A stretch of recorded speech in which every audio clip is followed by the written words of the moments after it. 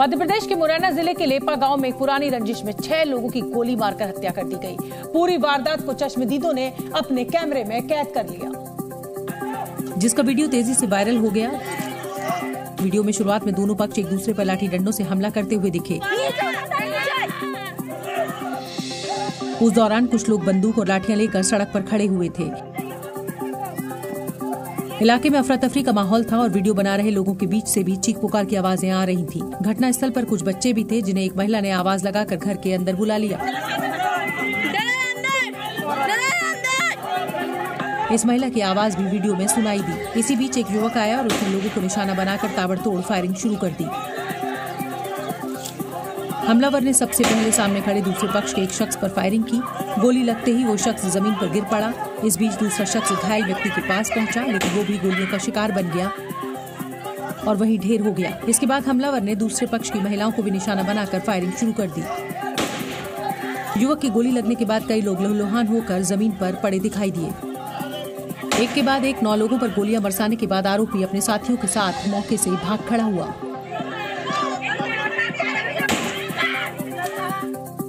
Firing का शिकार बने सभी मृतक एक ही परिवार के बताए जा रहे हैं। जानकारी के मुताबिक पुरानी रंजिश को लेकर 2 पक्षों में विवाद हुआ और इसके बाद ये गोलीबारी शुरू हो गई और 9 साल पहले 2 परिवारों में शुरू हुआ विवाद खूनी खेल में बदल गया। घटना की खबर मिलते ही बड़ी संख्या में पुलिस मुरैना के लेपा गांव पहुंची और पूरा गांव पुलिस छावनी में तब्दील हो गया। हाँ, पूरे गांव में आप देख सकते हैं किस तरीके से पुलिस बल वो तैनात किया गया है। जगह जगह पुलिस फोर्स लगाया गया है, क्योंकि और कोई घटना ना हो और कोई यहाँ बुरी खबर ना आए, जिसके चलते यहाँ पुलिस बल लगातार मुस्तैद है। फिलहाल आसपास के 6 थानों की पुलिस ने गांव में डेरा डाल दिया है। पुराना जो है इनका 2013 का विवाद था, जिसमें सिवनिया थाने में प्रकरण पंजीबद्ध हुआ था और उस समय 2 लोगों की मौत हुई थी। उसका प्रकरण जो है माननीय न्यायालय में विचाराधीन था। हालांकि इसके बाद दोनों पक्षों में सामाजिक तौर पर समझौता हो गया था, जिसके बाद पीड़ित पक्ष के लोग गांव में रहने के लिए आए थे। मृतक के परिवारजन बता रहे हैं कि इस प्रकरण में समझौता हो गया था आरोपी पार्टी से और इसी वजह से हम यहाँ गांव में आज जो है उनकी सहमति से आए थे। इसी बीच में उनके द्वारा हमारे ऊपर जानलेवा हमला किया, उसमें ये घटना हुई। मृतकों का परिवार आज ही गांव वापस लौटा था। पीड़ित परिवार का दावा है कि आरोपी पक्ष ने समझौते के लिए दबाव बनाया। आरोपियों ने राजीनामे के एवज में 10 लाख रुपए और एक मकान भी लिखवा लिया, जिसके बाद ये परिवार अहमदाबाद से गांव लौट आया। हम लड़ाई हुई थी ना, तब से अहमदाबाद है 10 लाख रुपया ले ले, मकान लिखा लो। तो हमने की चलो एक बाजी को दूसरे भैया को मकान है, वहाँ में रहेंगे चल के। बोले आ जा, बोले आ जा, तुम्हारा राजीनामा होगा और 10 लाख रुपया ले ले भाई बजे। पीड़ित के मुताबिक गांव पहुंचते ही दूसरे पक्ष की तरफ से फायरिंग शुरू कर दी गई, जिससे उनका पूरा परिवार तबाह हो गया। मेरे तीनों लड़का चले गए, आदमी चला गया, तीनों बंगले चली गई। हमारे पास कुछ नहीं रहा, हम क्या करेंगे? मेरा तो सब लुट गया, सब लूट लाओ। मुरैना गोलीकांड पर सियासत भी तेज हो गई है। मध्य प्रदेश के पूर्व मुख्यमंत्री और कांग्रेस नेता कमलनाथ ने इस केस के सहारे राज्य की शिवराज सरकार पर निशाना साधा। कानून व्यवस्था पूरे प्रदेश में चौपट है। ये रोज कोई ना कोई घटना, महिलाओं पर अत्याचार, ये तो आज एक सिस्टम बन गया है, मध्य प्रदेश की पहचान बन गई है। दिल्ली के तिहाड़ जेल में हुई गैंगस्टर टिल्लू ताजपुरिया की हत्या का एक और सीसीटीवी वीडियो सामने आया है। इस वीडियो में दिखा कि पुलिस वालों के सामने ही किस बेरहमी से टिल्लू पर हमला किया गया था। इस दौरान वहां मौजूद पुलिस वाले सिर्फ खड़े होकर पूरी घटना को देखते रहे। सामने आए सीसीटीवी वीडियो में दिखा कि हमले में घायल टिल्लू ताजपुरिया को घसीटते हुए पुलिस वाले उसे वहां से निकाल कर ले जा रहे थे। तभी एक दूसरी बैरक के पीछे खड़े जितेंद्र गोगी के गुर्गों ने एक बार फिर हमला बोल दिया। ये वही हमलावर थे जो बैरक नंबर 8 से कूदकर बैरक नंबर 9 में टिल्लू की बैरक में घुसे थे और वही नुकीले हथियार से उस पर हमला किया था। इसके बाद जब बेसुध हालत में पुलिस वाले टिल्लू को लेकर जा रहे थे तो एक बार फिर पुलिस की मौजूदगी में उन्हीं हमलावरों ने नुकीले हथियार से हमला बोल दिया। इस हमले के वक्त वहां करीब 8 पुलिस वाले मौजूद थे, लेकिन उनकी हिम्मत नहीं हुई कि वो उन हमलावरों को रोक पाते। पुलिस वालों के सामने ही उन बदमाशों ने एक के बाद एक कई बार नुकीले हथियार से टिल्लू पर हमला किया। इस दौरान वो इतने गुस्से में थे कि किसी ने उसके पास जाने की हिम्मत तक नहीं की। इस दौरान लातों से भी टिल्लू के चेहरे पर कई बार वार किया गया था। कर्नाटक में बजरंगबली पर सियासत ने इतना जोर पकड़ा कि राज्य के कांग्रेस अध्यक्ष डीके शिव कुमार मंदिर पहुंच गए और उन्होंने भगवान हनुमान के सामने मत्था टेका। इतना ही नहीं, मैसूर के चामुंडेश्वरी मंदिर में पूजा करने के बाद कर्नाटक कांग्रेस के अध्यक्ष डीके शिव कुमार ने इसकी फोटो सोशल मीडिया पर पोस्ट की। बजरंगबली के सामने मत्था टेकने के बाद डीके शिव कुमार ने ऐलान किया कि राज्य में कांग्रेस की सरकार बनी तो कांग्रेस पूरे राज्य में जगह जगह हनुमान मंदिर बनवाएगी। ಸಮಾಜದ ಎಲ್ಲಾ ಧರ್ಮದವರು ಕೂಡ ಆಂಜನೇಯನ ನಂಬಿಕೊಂಡಿದ್ದಾರೆ. ಸೊ ನಾವು ದೇವರು ಆಂಜನೇಯ ಅವರವರ ಭಕ್ತಿ ಅವರವರ ಭಾವ ಎಲ್ಲರ ವಿಚಾರ. ಈ ಮೈಸೂರಿಂದ ಇಲ್ಲಿ ಬೆಂಗಳೂರಿಂದ ಮೈಸೂರು ಬರ್ತೀವಿ. डीके शिव कुमार ने ऐलान किया कि भगवान हनुमान की जन्मस्थली अंजनाद्री पर्वत के विकास के लिए एक खास बोर्ड भी गठन किया जाएगा और राज्य में कई सारे ऐसे केंद्र बनाए जाएंगे जहां युवाओं को पवन पुत्र के सिद्धांतों की शिक्षा दी जा सके। ಸುಮ್ಮನೆ 4 ವರ್ಷ ಏನ್ ಮಾಡ್ತಾ ಇದ್ರು, ಏನು ಮಾಡಕ್ಕಾಗಿಲ್ಲ. ಬಟ್ ನಾನು ಹೇಳ್ತಾ ಇದ್ದೀನಿ, ಏನು ಅಂಜನಾದ್ರಿ ಬೆಟ್ಟ ಇದೆ, ವಿಶೇಷವಾದಂತಹ ಮಂಡಳಿ ಸ್ಥಾಪನೆ ಮಾಡ್ತೀವಿ, ಅದಕ್ಕೆ ಬದ್ಧತೆ ಇದೆ. कर्नाटक कांग्रेस के अध्यक्ष ने आरोप लगाया कि पीएम मोदी समेत बीजेपी के नेता भगवान के नाम पर राजनीति कर रहे हैं और संवेदनाओं से खेल रहे हैं। कर्नाटक में बजरंग दल पर बैन को लेकर शुरू हुए विवाद पर अब कांग्रेस बैकफुट पर नजर आ रही है। कांग्रेस के नेता अब न सिर्फ राज्य में हनुमान मंदिर बनवाने का वादा कर रहे हैं बल्कि बीजेपी पर मंदिर तोड़ने का भी आरोप लगा रहे हैं। और कांग्रेस कह रही है कि बीजेपी ने जिन मंदिरों को कर्नाटक में तोड़ा हम उन्हें बनाएंगे। कांग्रेस नेता पवन खेड़ा ने दावा किया कि बीजेपी ने राज्य में हजारों मंदिरों को तोड़ा है। 36,000 मंदिर गिरा चुके हैं, 36,000। उसमें से एक 3,000 साल पुराना हनुमान जी का मंदिर मैसूर के पास गिराया, 150 साल पुराना हनुमान जी का मंदिर बेंगलोर के पास गिराया, तो हमें तो बनाना ही चाहिए। पवन खेड़ा बजरंग दल और बजरंग बली की तुलना किए जाने पर गुस्से में दिखे। बजरंग बली का अपमान बजरंग दल के साथ तुलना करके अगर आप करेंगे तो लोग आपको माफ नहीं करेंगे। कर्नाटक के मुख्यमंत्री बसवराज बोम्मई ने कहा है कि कांग्रेस हताश है, गलतियां करती है और फिर ओवर रिएक्ट करती है। उन्होंने कहा कि कांग्रेस की विश्वसनीयता नहीं है। बीजेपी ने कर्नाटक कांग्रेस अध्यक्ष डीके शिव कुमार के मंदिर दर्शन पर तंज कसते हुए कहा कि कांग्रेस के नेता सिर्फ चुनाव के समय ही मंदिर मंदिर घूमते हैं। इसके लिए केंद्रीय मंत्री और बीजेपी नेता स्मृति ईरानी ने प्रियंका गांधी वाड्रा का उदाहरण दिया। स्मृति ईरानी ने कहा कि प्रियंका गांधी वर्ष 2019 में अमेठी की सड़क पर नमाज अदा करती दिखी थी। केंद्रीय मंत्री ने कहा कि जो इस्लाम धर्म को मानता है वो कैसे मूर्ति पूजा कर सकता है। स्मृति ईरानी ने कहा कि जो राम मंदिर नहीं बना पाए वो हनुमान मंदिर क्या बनाएंगे। राम मंदिर ना बना पाए वो हनुमान मंदिर बनाने की तो बात नहीं करें तो बेहतर है। वहीं केंद्रीय मंत्री अनुराग ठाकुर ने कहा कि कल तक बजरंगबली पर प्रश्न उठाने वाले अब जय बजरंगबली बोल रहे हैं। अभी तो राहुल गांधी कई बार जनेऊ पहनकर आते हैं लेकिन चुनावों में ही नजर आते हैं। कभी मंदिर जाते हैं हाथ जोड़ के लेकिन चुनावों में ही नजर आते हैं। वो आस्था अंदर से नजर नहीं आती। अनुराग ठाकुर ने कहा कि तुष्टीकरण की राजनीति कांग्रेस को इतना गिरा देती है कि वो फिर संभल नहीं पाती। बीजेपी ने कांग्रेस अध्यक्ष डीके शिव कुमार के मंदिर जाने का तो स्वागत किया है लेकिन उनके राज्य में हनुमान मंदिर बनाने के ऐलान को ड्रामा कहा है। इसके लिए बीजेपी नेता केएस ईश्वरप्पा ने तर्क दिया कि सिर्फ मुस्लिम वोटों के लिए कांग्रेस ने बजरंग दल पर बैन लगाने का ऐलान किया था। ईश्वरप्पा ने यहां तक कहा कि इस तरह की राजनीति सही नहीं। जब ईश्वरप्पा से डीके शिव कुमार के बारे में पूछा गया तो उन्होंने कहा कि मैं कर्नाटक कांग्रेस अध्यक्ष के मंदिर जाने के कदम का स्वागत करता हूं। DK Shivakumar always going to temples. I welcome it because he is also a Hindu, but only because of Muslim votes they are doing this type of politics. BJP नेता और केंद्रीय मंत्री शोभा करंदलाजे ने कहा कि जिस कांग्रेस ने श्री राम मंदिर बनाने में रोड़ा अटकाया वो क्या हनुमान मंदिर बनाएगी। कांग्रेस केंद्र में सत्ता में थे, कर्नाटक में सत्ता में थे, दिल्ली से गांव तक कांग्रेस थे, एक मंदिर भी नहीं बनाया वो। शोभा करंदलाजे ने कहा कि कांग्रेस सिर्फ टीपू विश्वविद्यालय बनाएगी और टीपू जयंती बनाएगी। एआईएमआईएम प्रमुख असदुद्दीन ओवैसी कर्नाटक के कोलार में चुनाव प्रचार करने पहुंचे थे। यहां उन्होंने बजरंग दल पर बैन और जय हनुमान के मुद्दे को लेकर बीजेपी पर निशाना साधा। इसके लिए असदुद्दीन ओवैसी ने पीएम मोदी के भाषण का जिक्र किया और पूछा कि वोट डालते वक्त बजरंग बली का नारा लगाने की बात कहना कैसा सेक्युलरिज्म है। प्रधानमंत्री मोदी कह रहे कि जब आप वोट डालेंगे तो बजरंग बली का नारा मार के वोट डालना। आप बोलो ये कौन सा सेक्युलरिज्म है। ओवैसी ने कांग्रेस के कर्नाटक में हनुमान मंदिर बनवाने के ऐलान पर भी तंज कसा और कहा कि कांग्रेस और बीजेपी बहुसंख्यक धर्म के आधार पर खुलेआम वोट मांग रही है। अगर मैं आज खड़े होकर तकरीर में बोला पूरे कर्नाटक के गरीबों और मजलूमों तुम तारीख को वोट डालने जाएंगे तो पहले अल्लाह अकबर का नारा लगा के बटन दबाओ। ओवैसी ने कहा कि हम बीजेपी को हराना चाहते हैं और उम्मीद करते हैं कि कर्नाटक में बीजेपी की सरकार नहीं बनेगी। प्रधानमंत्री मोदी ने आज कर्नाटक के बेल्लारी में चुनाव प्रचार किया। इस दौरान उन्होंने अपने भाषण की शुरुआत जय बजरंगबली के जयकारे के साथ की। इसके साथ ही पीएम मोदी ने एक बार फिर बजरंगबली का नाम लेकर कांग्रेस पर निशाना साधा। बजरंगबली की,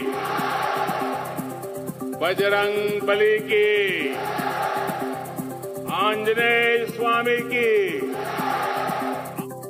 पीएम ने कहा कि कर्नाटक में कांग्रेस की हालत बेहद खराब है और इसीलिए वो मेरे जय बजरंगबली बोलने पर आपत्ति जता रही है। कांग्रेस को मेरे जय बजरंगबली बोलने पर भी आपत्ति होने लगी है।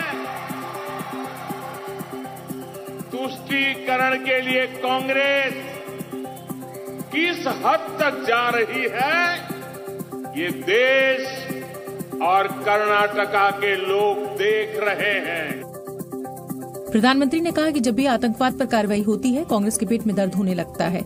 उन्होंने आरोप लगाया कि कांग्रेस ने वोट बैंक के खातिर आतंकवाद के सामने घुटने टेक दिए।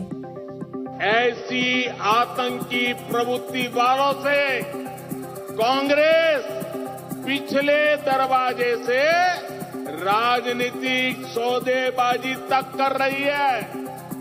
कर्नाटका के लोगों को इसलिए कांग्रेस से बहुत ही सावधान रहने की जरूरत है।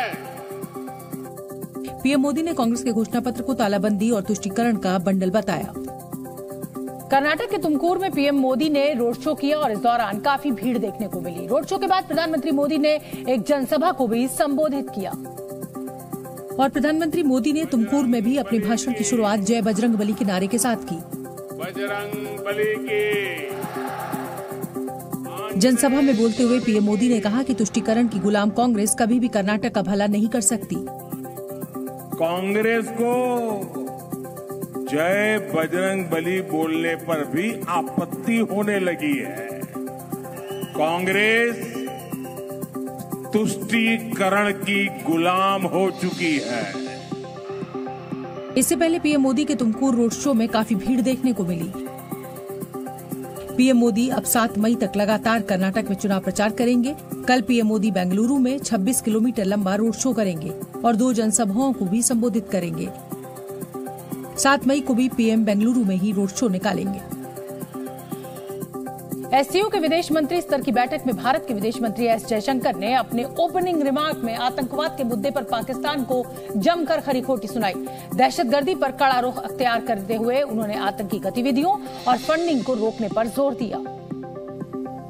गौर करने वाली बात ये रही कि पाकिस्तान के विदेश मंत्री बिलावल भुट्टो एस जयशंकर के ठीक सामने बैठे हुए थे। एस जयशंकर दहशतगर्दी पर पाकिस्तान का नाम लिए बगैर उस पर प्रहार कर रहे थे और बिलावल चुपचाप बैठे सुन रहे थे। एस जयशंकर ने बिलावल की तरफ बिना देखे ऐसे शब्द बाण चलाए कि पाकिस्तान की घिघी बन गई। उन्होंने कहा कि कोरोना काल में भी कुछ देश आतंकी गतिविधियों को अंजाम देने में लगे थे। While the world was engaged in facing COVID and its consequences, the menace of terrorism continues unabated.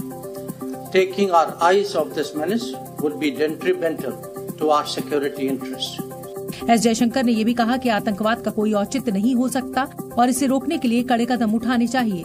उन्होंने एससीओ के सदस्य देशों को याद दिलाया कि आतंकवाद भी एक अहम एजेंडा है। Finances for terrorist activities must be seized and blocked without distinction. Members need not be reminded that combating terrorism is one of the original mandates of the SCO. इस दौरान एस जयशंकर ने सीमा पार आतंकवाद शब्द का भी इस्तेमाल किया ताकि सबको साफ हो जाए कि वो किसकी बात कर रहे हैं। लेकिन पाकिस्तान अपनी आदत से बाज नहीं आया और उसने एक बार फिर आतंकवाद के खिलाफ जंग को लेकर अपनी ही पीठ थपथपानी शुरू कर दी। बिलावल भुट्टो ने कहा कि आतंकवाद से सबसे ज्यादा नुकसान पाकिस्तान को हुआ है। यही नहीं, बिलावल भुट्टो ने कहा कि कूटनीतिक बढ़त हासिल करने के लिए आतंकवाद जैसे मुद्दों का इस्तेमाल करना उचित नहीं है। उन्होंने कहा कि पाकिस्तान आतंकवाद के खात्मे के लिए क्षेत्रीय और वैश्विक प्रयासों का हिस्सा बनने के लिए प्रतिबद्ध है। पाकिस्तान को आतंक की जंग में शामिल करें, न कि इसका शिकार बनने के लिए अलग करें। आतंकवाद के मुद्दे को भू राजनीतिक पक्षपात से अलग करने की जरूरत है। बिलावल भुट्टो को बोलने का मौका मिला ही था तो वो कश्मीर को कैसे छोड़ते। उन्होंने कश्मीर का नाम तो नहीं लिया लेकिन बोले कि एससीओ के भीतर सार्वभौमिक मान्यता प्राप्त सिद्धांतों के लिए सम्मान सुनिश्चित करना चाहिए। अंतर्राष्ट्रीय कानून और सुरक्षा परिषद के प्रस्तावों के उल्लंघन में राज्यों द्वारा एक तरफा और अवैध उपाय एससीओ के उद्देश्यों के विपरीत हैं। अपनी प्रतिबद्धताओं को बनाए रखने और अपने लोगों के लिए एक नया भविष्य तैयार करने में स्पष्ट होना चाहिए। हालांकि बिलावल ये भूल गए कि कश्मीर को दहशतगर्दी की आग में झोंकने की कोशिश उन्हीं का मुल्क कर रहा है। वो पाकिस्तानी ही हैं जिनके इशारे पर आतंकवादियों ने पुलवामा हमले को अंजाम दिया था। एससीओ की बैठक से पहले विदेश मंत्री एस जयशंकर ने बारी बारी से सभी देशों के विदेश मंत्रियों का स्वागत किया। इस दौरान उन्होंने पाकिस्तान के विदेश मंत्री बिलावल भुट्टो जरदारी का भी वेलकम किया, पर बहुत ही ठंडी मिजाजी के साथ। लेकिन दोनों नेताओं के बीच दूरी और तल्खी साफ नजर आई। विदेश मंत्री एस जयशंकर ने दूर से ही बिलावल भुट्टो से हाथ जोड़ लिए, जबकि फोटो खिंचवाते वक्त भी दोनों करीब 2 फुट के अंतर पर खड़े नजर आए। फोटो सेशन के बाद एस जयशंकर ने बिलावल भुट्टो से कुछ कहा और उन्हें अंदर जाने का इशारा किया। भारत और पाकिस्तान के विदेश मंत्रियों के बीच बस इतना ही संवाद हुआ। जबकि विदेश मंत्री एस जयशंकर जब दूसरे नेताओं से मिल रहे थे तो फोटो सेशन के दौरान उनसे बातचीत भी कर रहे थे। यहाँ तक कि चीन के विदेश मंत्री चिनगांग से भी मिलते वक्त उनकी भावभंगिमाएं अलग थी। जबकि रूस के विदेश मंत्री सरगोई लावरोव के साथ तो वो फोटो सेशन के दौरान हंसी मजाक करते हुए नजर आए। जाहिर है विदेश मंत्री एस जयशंकर ने अपने व्यवहार से साफ कर दिया कि भारत का पाकिस्तान को लेकर क्या स्टैंड है। केरल में कथित लव जिहाद के मुद्दे पर बनी फिल्म द केरला स्टोरी आज बड़े पर्दे पर रिलीज हो गई। लखनऊ में बड़ी संख्या में लोग फिल्म को देखने के लिए सिनेमाघर पहुंचे।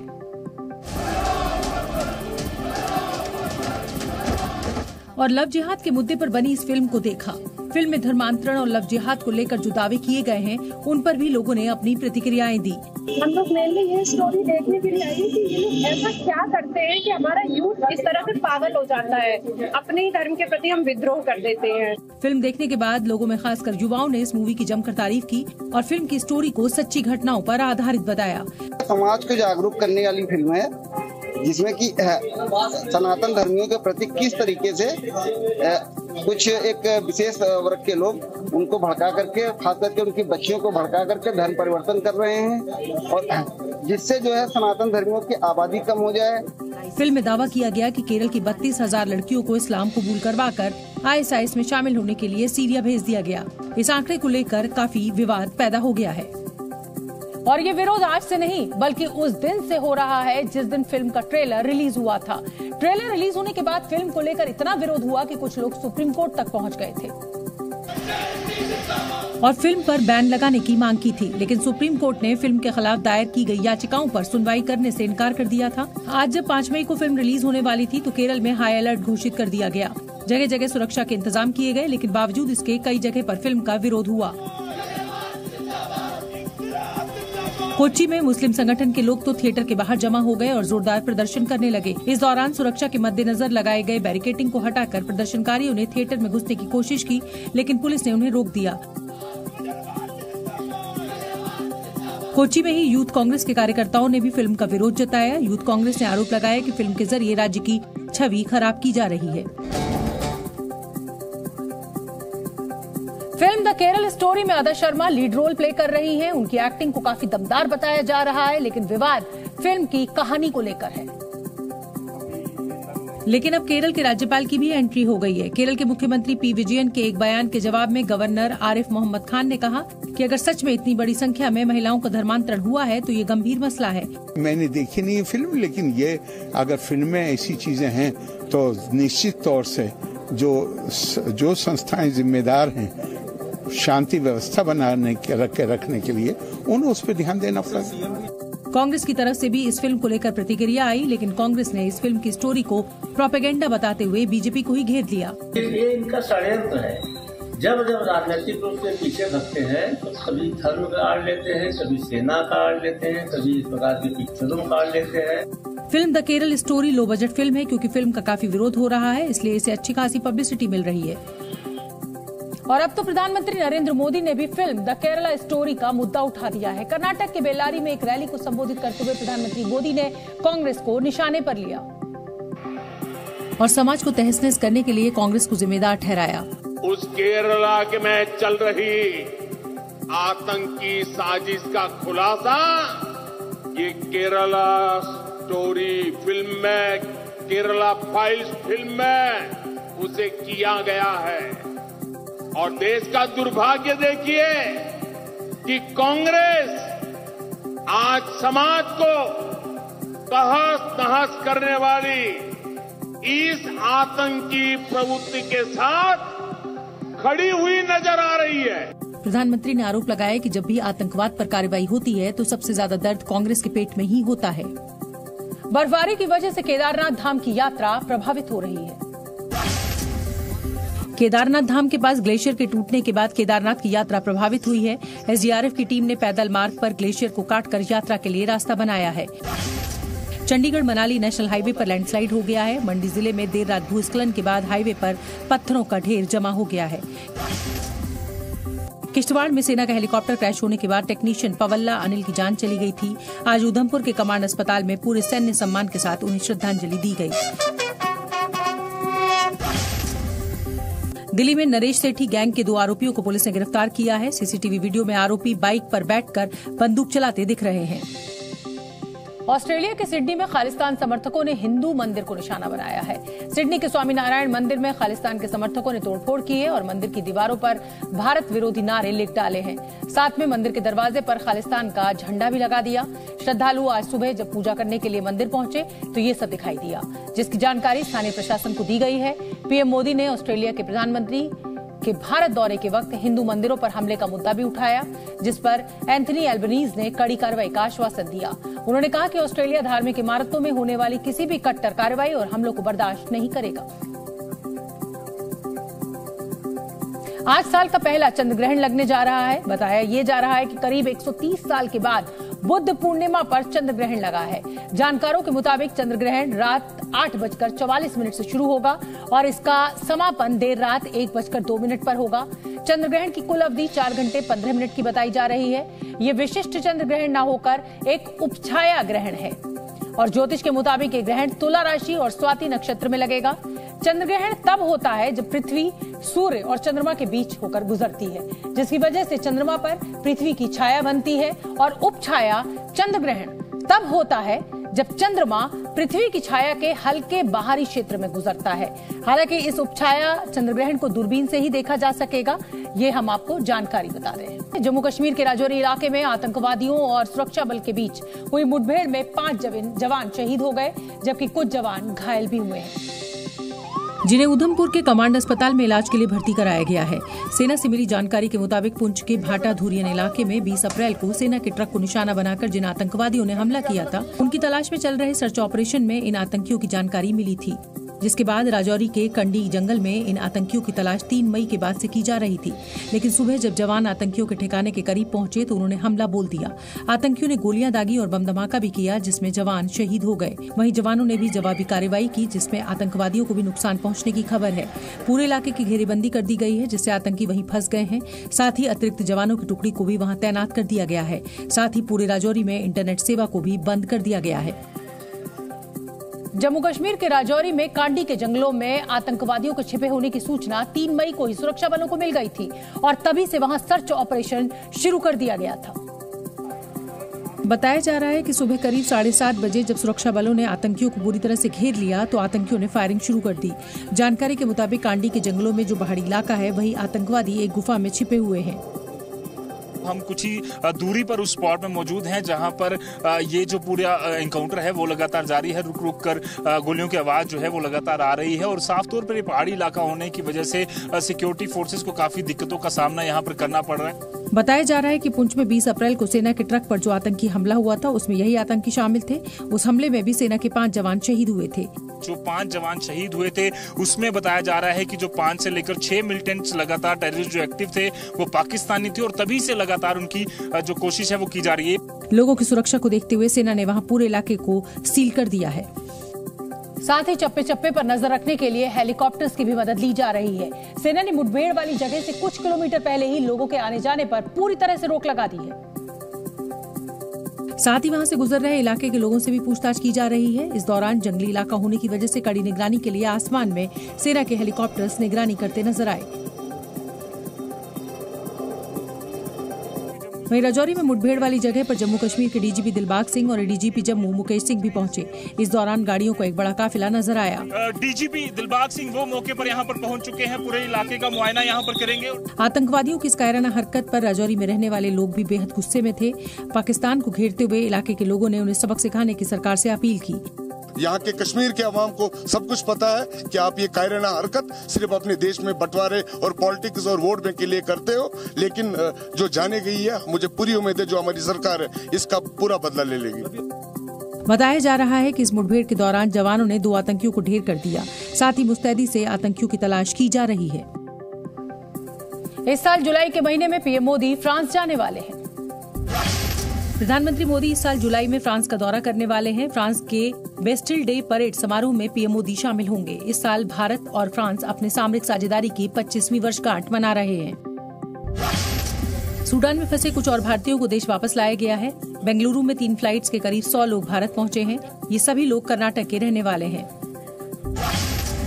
महाराष्ट्र के रत्नागिरी में नाइट्रोजन गैस के फैलाव के कारण एक केमिकल फैक्ट्री में भयंकर आग लग गई। आग से फैक्ट्री में रखा लाखों का सामान जलकर खाक हो गया। महाराष्ट्र के ठाणे में एक फर्नीचर और प्लाईवुड की दुकान में आग लग गई। हॉस्पिटल के बगल में आग लगने के बाद मरीजों को दूसरी जगह शिफ्ट किया गया। क्रेमलिन में हुए ड्रोन हमले के बाद से ही रूस बौखलाया हुआ है। यूक्रेन की राजधानी कीव, खेरसन, डोनेट्स्क और जेपोरेजिया समेत कई इलाकों पर रूस बारूद बरसा रहा है। जबकि यूक्रेन से बदला लेने पर आमादा रूस ने बेरिस्लाव शहर पर ऐसा हमला किया कि लोग सहम उठे। रूस की सेना ने बेरिस्लाव में यूक्रेन आर्म्ड फोर्सेस के ठिकाने पर बम बरसाए, जिसके बाद आसमान से कई किलोमीटर दूर तक धुएं का गुबार नजर आया। ये बम हमला इतना भयानक था कि यूक्रेन का एक हथियार डिपो पूरी तरह से तबाह हो गया। इसके अलावा रूस ने जेपोरेजिया पर भी धावा बोला। रूस की वायुसेना ने यूक्रेनी सेना के ठिकानों पर आसमान से बम बरसाए, जिसके बाद आग का गोला उठता नजर आया। वहीं यूक्रेन के पाव्लोग्राद में भी रूस ने भारी बमबारी की। बताया जा रहा है कि इस बमबारी की जद में एक ट्रेन आ गई, जिसके कई डिब्बे जलकर खाक हो गए। वहीं रूसी हमलों को रोकने के लिए यूक्रेन भी पूरी तरह तैयार दिखा। राजधानी कीव में यूक्रेन की सेना ड्रोन के जरिए गश्त करती रही, जबकि अपने एयर डिफेंस सिस्टम को भी तैनात कर दिया। यूक्रेनी एयरफोर्स के कर्नल यूरिय इहनेट के मुताबिक ओडेशा और कीव में रूस ने हमले किए, लेकिन इससे कोई नुकसान नहीं हुआ। कीव के शहरी प्रशासन ने कहा कि रूस ने शायद बैलिस्टिक मिसाइल से हमला किया था, लेकिन उसे मार गिराया गया।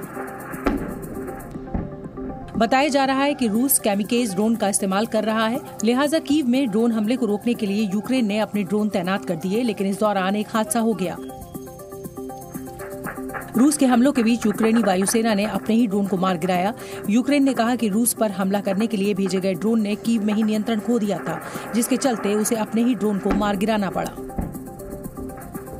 इस बीच कीव में लोग डरे सहमे नजर आए। रूस के हमलों से बचने के लिए लोग अंडरग्राउंड मेट्रो स्टेशन और बंकर्स में छिप गए, लेकिन सवाल ये है कि अपना घर बार छोड़कर वो कब तक ऐसे ही छिपते रहेंगे। ऐसे ही तमाम सवाल कीव के बाशिंदों की आंखों में झांकते दिखे। बच्चे, बूढ़े, जवान, औरतें सब के सब परेशान नजर आए। Теракти на своїй території звинувачують в цьому нас, щоб Захід якось на це відреагував, і ми опинилися агресором, а не вони. मेट्रो स्टेशन में लोगों की भारी भीड़ नजर आई। कुछ अपने परिवार के लोगों के साथ बैठे दिखे तो कुछ अकेले टहलते हुए। यही नहीं, मेट्रो स्टेशन के बाहर भी लोगों का जमावड़ा दिखा, लेकिन सब यही चर्चा कर रहे थे कि क्रेमलिन पर हुए हमले के बाद रूस न जाने अब क्या करेगा। Дуже круто. Ми цілий день обговорюємо з одногрупниками, дуже радіємо. दुनिया की सबसे बड़ी इकोनॉमी अमेरिका के आर्थिक हालात लगातार बिगड़ते जा रहे हैं और मंदी की आशंका गहराती जा रही है। ऐसी स्थिति में भारतीय कंपनियां वहां देवदूत बनकर आई हैं, क्योंकि अमेरिका में भारतीय कंपनियों ने भारी निवेश कर रखा है। और एक सर्वे के मुताबिक भारत की 150 से ज्यादा कंपनियों ने करीब $40 अरब का निवेश किया है, जिससे अमेरिका में करीब 4,25,000 लोगों को रोजगार मिला है। इतना ही नहीं, भारतीय कंपनियों ने अमेरिका में कॉर्पोरेट सोशल रिस्पॉन्सिबिलिटी पर करीब $18.5 करोड़ खर्च किए हैं, जिससे लोकल कम्युनिटीज को बहुत फायदा हुआ है। अमेरिका में रिसर्च एंड डेवलपमेंट प्रोजेक्ट्स में भी भारतीय कंपनियों की फाइनेंसिंग करीब $1 अरब की है।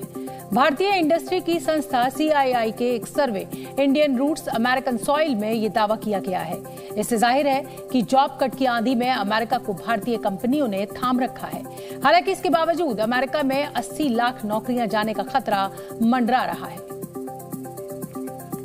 मध्य प्रदेश के उज्जैन से एक सीसीटीवी वीडियो सामने आया है जिसमें एक युवक और युवती फिल्मी अंदाज में बड़े शातिर तरीके से चोरी की वारदात को अंजाम देते हुए दिख रहे हैं। और ये चोरी शहर के अलग अलग जगहों पर लगे सीसीटीवी में रिकॉर्ड हो गई, जिसमें दिखा कि बाइक पर सवार युवक और युवती रात के अंधेरे में ऐसी जगह पर आकर रुकते हैं जहां कई मोटरसाइकिल पहले से खड़ी हुई हैं। तस्वीरों में ये भी दिखा कि वहां पास में ही चौकीदार भी मौजूद है, लेकिन ये चोरी को इस तरह से अंजाम देते हैं कि उसे भनक तक नहीं लगती। इसके बाद बेखौफ ढंग से युवक आसपास नजर दौड़ाता है और फोन पर बात करने का नाटक करता है। फिर धीरे धीरे वहां खड़ी बाइक में लगी बैटरी निकालकर लड़की के हाथ में लगी बैग में रख देता है। इसके बाद ये दोनों वहां से फरार हो जाते हैं। उज्जैन में कई जगह बंटी और बबली फिल्म के अंदाज में इन दोनों ने बैटरी की चोरी की। एक और सीसीटीवी में ये लोग दिन दहाड़े ठीक उसी तरह बाइक से बैटरी निकालते दिखाई दिए। सीसीटीवी वीडियो वायरल होने के बाद पुलिस भी हैरान है और बैटरी चोरी के पीछे का मकसद जानने की कोशिश में जुटी है। पहाड़ की चट्टान गिरने से चमोली में हेलंग के पास बंद पड़े बद्रीनाथ धाम के रास्ते को खोल दिया गया है। कल शाम वहां सड़क पर चट्टान का एक हिस्सा गिरने से रास्ता बंद हो गया था, जिसका एक वीडियो भी सामने आया। दिल दहला देने वाले इस वीडियो में दिखा कि पहाड़ का एक हिस्सा सड़क पर अचानक भरभरा कर गिर पड़ा। जिस वक्त पहाड़ से चट्टान का हिस्सा टूटकर गिरा, वहां बड़ी संख्या में आसपास गाड़ियों में लोग मौजूद थे। गनीमत ये रही कि कुछ लोगों ने पहले ही पहाड़ से धीरे धीरे गिर रहे मलबे को देख लिया था और एहतियातन गाड़ियों को दोनों तरफ से रुकवा दिया गया। इसके बाद जो हुआ उसने सबके रोंगटे खड़े कर दिए। जैसे ही पहाड़ से मलबा गिरा, चारों तरफ धूल का गुबार छा गया जो दूर दूर तक नजर आया। मलबा गिरते ही वहां अफरा तफरी फैल गई। रास्ता बंद होने से लोगों की परेशानियां बढ़ गई, लिहाजा यात्रा को रोक दिया गया और फंसे हुए लोगों को सुरक्षित स्थानों तक पहुंचाया गया। तुर्की में एक समिट के दौरान यूक्रेन के प्रतिनिधि ने रूस के प्रतिनिधि को मुक्का मार दिया। तुर्की में ब्लैक सी देशों के समिट के दौरान यूक्रेन के प्रतिनिधि ने रूस के प्रतिनिधि को चेहरे पर मुक्का मारा है। इससे पहले यूक्रेन के झंडे के साथ प्रदर्शन करने की कोशिश करने पर इस प्रतिनिधि को रोका गया था। यूक्रेन की एयरफोर्स ने अपने ही ड्रोन को मार गिराया है। ये ड्रोन सेना के कंट्रोल से बाहर जा चुका था, इसलिए इस पर हमला किया गया था। अमेरिका की जॉर्जिया में एक शख्स ने अपनी मां और दादी के साथ 3 लोगों की गोली मारकर हत्या कर दी। हत्या के बाद हमलावर ने खुद को भी गोली मार ली। हत्या की वजह का भी खुलासा नहीं हुआ है। हैती के मशहूर स्ट्रीट मार्केट में आग से दुकानदारों का लाखों का नुकसान हुआ है। आग की वजह से सैकड़ों लोगों का रोजगार छिन गया है। जापान के इशिकावा में 6.5 तीव्रता का भूकंप आया था। जमीन से 12 किलोमीटर की दूरी पर भूकंप का केंद्र था। भूकंप के बाद अलग अलग घटनाओं में 2 लोग घायल हुए हैं। शरद पवार ने एनसीपी के अध्यक्ष पद से अपना इस्तीफा वापस ले लिया है। कुछ दिन पहले एक प्रेस कॉन्फ्रेंस में उन्होंने इस बात का ऐलान किया। इस दौरान शरद पवार ने पार्टी नेताओं से कहा कि मैं इस्तीफा वापस लेने की आपकी मांग का सम्मान कर रहा हूं। इस दौरान उन्होंने कहा कि वो इस बात की माफी मांगते हैं कि किसी वरिष्ठ पार्टी नेता को इस्तीफे से पहले भरोसे में नहीं लिया। हालांकि पवार ने ये जरूर कहा कि अजीत पवार को फैसले की जानकारी थी, इसलिए वो 2 मई को उनसे सहमत थे। दरअसल आज सुबह एनसीपी का नया अध्यक्ष चुनने के लिए बनी 16 सदस्यों की कोर कमेटी ने पवार का इस्तीफा नामंजूर कर दिया। मुंबई के यशवंतराव चव्हाण सेंटर में हुई इस बैठक में सुप्रिया सूले और अजीत पवार समेत कई दिग्गज नेता मौजूद थे। इस दौरान प्रफुल्ल पटेल ने शरद पवार का इस्तीफा खारिज करने के लिए प्रस्ताव पेश किया और उनसे फैसला वापस लेने का अनुरोध भी किया। कमेटी के बाकी सदस्यों ने भी इस प्रस्ताव का समर्थन किया और पवार का इस्तीफा नामंजूर कर दिया। आदरणीय शरद पवार साहब का राजीनामा हम एक मत से सर्वानुमत नामंजूर करते हैं और उनको सामूहिक तौर से ये हम विनती करते हैं कि उन्होंने अपने इस पद पर कायम रहना चाहिए और ये जिम्मेदारी उन्होंने निभाते रहना चाहिए। प्रफुल्ल पटेल ने कहा कि शरद पवार ने बिना सूचना दिए अध्यक्ष पद छोड़ने का फैसला ले लिया। उन्होंने कहा कि हमने उनसे अपील की है कि वो पद पर बने रहें। सभी की भावना ये है कि आप ही ने इस देश का राष्ट्रवादी कांग्रेस पक्ष का राष्ट्रीय अध्यक्ष पद का कारभार संभालना चाहिए। आप देश के एक माने हुए कद्दावर नेता हैं, सब आपको चाहते हैं, सब आपको मानते हैं। आपका एक स्टेचर अलग है, आपका एक रिस्पेक्ट अलग है और आपने आज सक्रिय राजनीति में रहते हुए राष्ट्रवादी कांग्रेस पार्टी की जिम्मेदारी संभालना चाहिए। बैठक के बाद एनसीपी नेता शरद पवार के घर पहुंचे और उनसे इस्तीफा वापस लेने की अपील की। उस वक्त पवार ने विचार करने के लिए कुछ वक्त मांगा, जिससे एनसीपी में नेतृत्व का संकट सुलझता दिखा। इस दौरान सुबह से ही पवार के समर्थन में नारेबाजी कर रहे लोग खुशी से झूमने लगे। समर्थकों ने नाच गाकर शरद पवार के एनसीपी अध्यक्ष बने रहने के फैसले की खुशी मनाई। इस बीच एनसीपी दफ्तर के बाहर आतिशबाजी भी की गई। ये आतिशबाजी शुरू कर दी और यहाँ पर जो कार्यकर्ता है खुशी से नाच रहे हैं और कार्यकर्ता की घोषणा यहाँ पर हो गई है इस बात को लेकर कि शरद पवार अब जो उनके अध्यक्ष पद का जो इस्तीफा था उसको नामंजूर कर दिया गया है। इस दौरान लोगों ने उम्मीद जताई कि शरद पवार कार्यकर्ताओं की भावना को सम्मान देते हुए अध्यक्ष पद पर बने रहेंगे। हाथ में शरद पवार के कटआउट्स हैं, हाथ में टोपी की आवाज सुननी ही पड़ेगी। पवार साहब को आम जनता की आवाज सुननी पड़ेगी, आम कार्यकर्ता की आवाज सुननी पड़ेगी। लेकिन वो तो लगातार कहते हैं अरे मेरी उम्र हो गई है, मेरा स्वास्थ्य ठीक नहीं रहता है, मेरी उनका कहना ये है। नहीं, उसके बावजूद भी हमको नेतृत्व पवार साहब का ही चाहिए। खुशियां मनानी शुरू कर दी आप लोगों ने। जल्लोष तो होना ही है। हार के मन वापस ले लिया, बहुत अच्छा हुआ और बहुत खुश, हम लोग खुश है। नहीं तो हमारी तो उम्मीद ही खलास हो गई थी। उत्तर प्रदेश के बुलंदशहर में एक बिल्ली के गायब होने की खूब चर्चा है। बताया जा रहा है कि एक ट्रांसपोर्ट कंपनी बिल्ली के गायब होने के बदले उसके मालिक को 1,60,000 रुपए का मुआवजा देगी। जानकारी के मुताबिक बुलंदशहर में रहने वाले आलम ने बंगाल कैट नस्ल की अपनी बिल्ली को ट्रांसपोर्ट कंपनी के जरिए हैदराबाद भेजा था, लेकिन ट्रांसपोर्ट कंपनी की लापरवाही से बिल्ली रास्ते में ही कहीं गायब हो गई। इसके बाद ट्रांसपोर्ट कंपनी करीब 2 महीने तक आलम को झूठी कहानी बताती रही। आखिरकार ट्रांसपोर्ट कंपनी ने माना कि आलम की बिल्ली बुलंदशहर से हैदराबाद ले जाते वक्त रास्ते में कहीं खो गई। आलम के मुताबिक उसकी बिल्ली की कीमत 1,60,000 रुपए है। बिल्ली के खो जाने से दुखी आलम ने पुलिस से मदद मांगी और ट्रांसपोर्ट कंपनी की शिकायत की। पुलिस कार्रवाई शुरू होने के बाद ट्रांसपोर्ट कंपनी ने अपनी गलती मानते हुए कहा कि वो आलम को उसकी बिल्ली की कीमत यानी 1,60,000 रुपए लौटा देगी। उत्तर प्रदेश में गुंडे माफिया पर लगातार हो रहे एक्शन से बदमाश डरे हुए हैं। बदमाशों में पुलिस का इतना खौफ है कि वो अब खुद को माफिया, डॉन, गुर्गा और बाहुबली कहलाने से भी परहेज कर रहे हैं।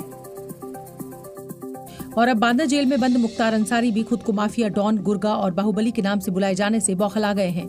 मुख्तार अंसारी ने अपने वकील के जरिए बाराबंकी की एक कोर्ट में एक अर्जी लगाई है, जिसमें उसने पुलिस पर कई आरोप लगाए। मुख्तार अंसारी ने आरोप लगाया कि उसे माफिया, डॉन कहकर बदनाम किया जा रहा है। मुख्तार अंसारी ने अपनी अर्जी में अपने साथियों के खिलाफ हो रही कार्रवाई को भी गलत बताया। मुख्तार ने मीडिया ट्रायल के जरिए भी उसे बदनाम करने का आरोप लगाया। मुख्तार अंसारी ने हेट स्पीच का हवाला देते हुए कहा कि मेरे नाम के साथ माफिया, डॉन जैसे अपशब्दों का प्रयोग तुरंत बंद किया जाए। मुख्तार अंसारी ने दलील दी कि मैं कई बार विधायक रहा हूं, जब चुनाव में विपक्षी हरा नहीं पाए तो मुझे बदनाम करने के लिए ये साजिश रची।